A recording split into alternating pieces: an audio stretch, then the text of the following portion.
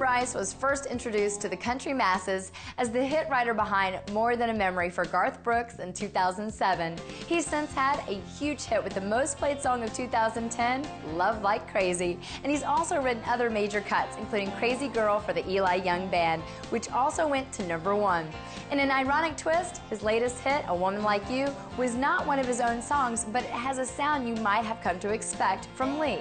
Kelly Lynn headed out to the Country Music Association to celebrate with Lee and the writers behind that special song. A Woman Like You, we're here today to celebrate a #1. I'm here with John Stone, one of the 3 writers. How are you? I'm great. How are you? I am so good. What a great song. I have to just ask you the question, who came up with that idea? Well, actually, my girlfriend, she asked me these questions, and I, just one day got a little smart with her in the shower and said, well, if I'd never met you, I'd be probably hanging out with my buddies and doing all this stuff. So I guess I came up with the idea. Well, my girlfriend, but me. Yeah, how fun. So it's from a real situation with her, and you brought it into the room, and you wrote with Phil Barton and Johnny Bulford. Okay. Yeah. And now, is this the first #1 for all 3 of you? It is. It's the first #1 for all 3 of us, and the first #1 for Lee as an artist. So it's very exciting.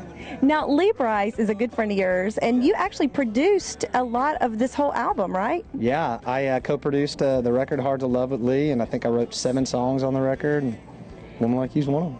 How did all that come about? Because, y'all have been friends for a long time, but, this is sort of a new thing for Lee, and it's just exploded for both of you. Talk a little bit about how that came together. Well, Lee and I have been buddies for a long time, and we've only really been writing for a couple years, and the first song we ever wrote together, Kenny Chesney cut, and it was on from there. We just wrote all the time, and we just have a chemistry in the studio, and we always have, and just doing demos and stuff. And we wrote this song. The whole thing started with me bringing Lee the song the day we wrote it, and I said, Lee, man, I don't know where you are on this record. I was not in the production side of things with Lee at this point, and I said, hey man, I don't know where you are with this record, but I think I wrote a hit song today that I think you would like. So we were out grilling out at his house, and he goes, man, yeah, play it for him. And I played it for him, and he flipped over it, and we cut it the next day the way that we wanted to in the studio. And I was just going to call it, publishing money. We weren't going to go, cut a record or anything like that, and we just nailed it. And then basically I finished the record from there. I'd be looking for a woman like you.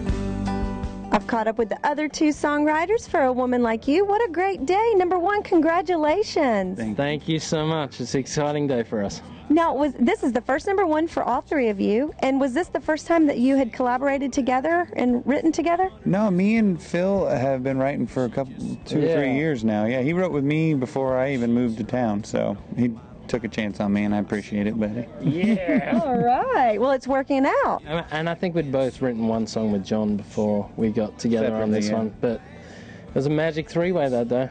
That was. Now, talk a little bit about when you sat down and got in the room, who had the melody, who came up with the idea. Some great lines in that song. I think it's all just 3 of us. You know what? I felt like everyone really put a lot of themselves in the song, and I think that's why it works so magically. John started with that little riff thing on the front of the song, and then he was mumbling some words, and Johnny came in and made the words all pop, and I got the melody on the chorus, and we all put in a lot of stuff, and then we just had fun really getting all the scenarios. Like the yoga thing was a joke, but it kind of fit in the song, and everyone, we do rounds and people call it the yoga song, and it's just like, there's some cool little lines in there. I remember being so exhausted when we left the write that I didn't know what we had for sure, and I remember we talked, I don't think we knew that night we were going to get a recording of Lee singing it, and I've told some of my friends that, they're like, don't expect it to happen like that. I love the sound of your name. I might miss that old green Nova. We're here today to celebrate a big #1. I'm so happy for you. This is a great time for you. Congratulations. Talk about the first time you heard this song, because you didn't write this one. First time I heard this song, I freaked out. I heard this song now, I will say, before I got to the hook, I was wondering, how in the world are they going to get out of this? Because they're running themselves in a ditch with the girls, right? But boy, they pulled it out so fast and so hard, and it's so awesome. I knew this was the song that was going to give me my first #1. And I told my record label that, and I told them I bet my career on it. All right, and we listened to you, and you got to do this on this album. And talk about the difference on this album. I mean, your single right now is flying up the charts. Just what kind of creative control, and you worked with John Stone on this, who's a buddy.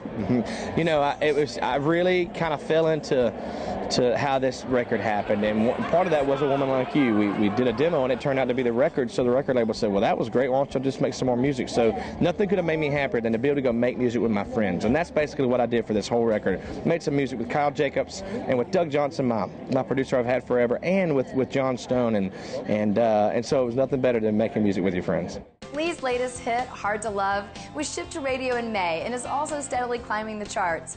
We had to take a quick break, but we've got lots more great music up ahead on Inside Music Row, so make sure to stay right there. We'll catch up with a Grammy winner here in Nashville as he releases a hot new album. We'll be right back.